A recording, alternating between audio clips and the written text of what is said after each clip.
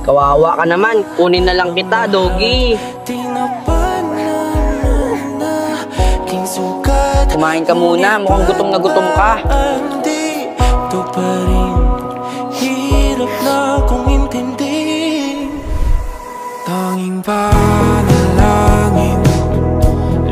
Chinelas ko yan, gusto mo na naman makipaglaro.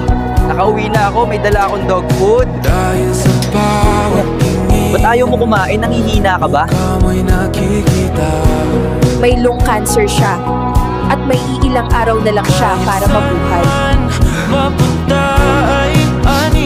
Simula ngayon, susulitin na natin lahat. Ito yung favorite mong food, palagi. Ipapatirin ko sa'yo sa huling pagkakataon. Huwag mo ko kakalimutan na dahil inalagaan kita sa lahat ng makakaya mo. Ito pala yung paborito mong laruan, yung chinelas ko. Paalam.